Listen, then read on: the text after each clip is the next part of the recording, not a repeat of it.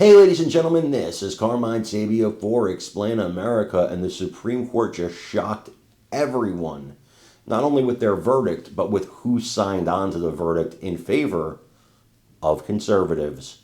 Before we get started, please make sure you like, comment, share, and subscribe. Those little things really help us out, and they help our channel continue to grow. Now, in this particular case that I'm going to get to, and I have to tread very carefully on this case because of the rules and regulations of this website, so I can't mention what it's about, but you'll see what it's about in the video that follows me speaking. But there was a case involving a representative from the state of Maine who was stripped, a Republican representative, who was stripped of her right to vote in the House and to speak in debates, even though the people of her district elected her. And the reason she was stripped of this right that she was elected to do is because she posted something on Facebook about high school athletics and somebody winning in a girls' competition that she felt should not have been eligible. You picking up where I'm going with this? Well, the Supreme Court ruled in her favor to restore those voting rights and to restore her speaking rights. And one of the justices, it was all the conservatives voted in favor of her, and then one of the justices who signed on was liberal Justice Elena Kagan. She actually joined the conservatives in this decision, where Justice Sonia Sotomayor and Jackson Brown dissented.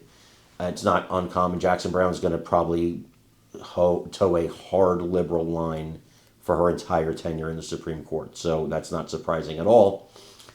I want you guys to watch the video. It can say a lot more than I'm allowed to say, and let me know what you think in the comments.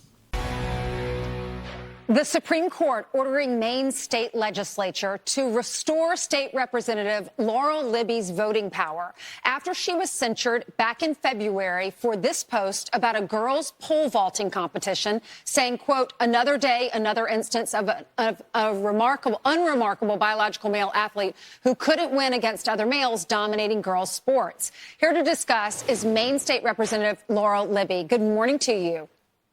Thank you so much for having me. You're welcome. You had your day in court and you won 7-2. The Supreme Court voted in your favor. How do you feel?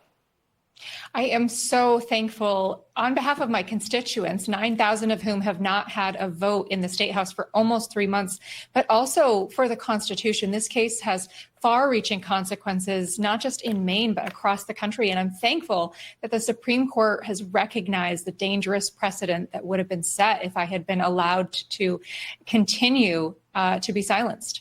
Representative, who's responsible for this? I want names. I think the voters in Maine need to know who's behind this and who tried to censure you and did censure you for 3 months so your voters didn't have a voice.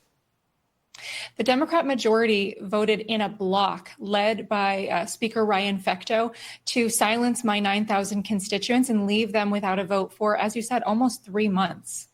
That should not even be allowed. And clearly the Supreme Court agrees with that. If you look at what your state or how your state feels about this one issue, the majority don't want biological men playing against their little girls. It said 64% in this survey said that they shouldn't be allowed. 29% said they should be allowed, and 7% were unsure. This is from the University of New Hampshire. This is a survey from their center. What is your response to that? 2/3 of Mainers don't think that biological males should be participating in girls' sports. And to see a sitting legislator silenced in political retaliation for sharing that view that most Mainers have is reprehensible.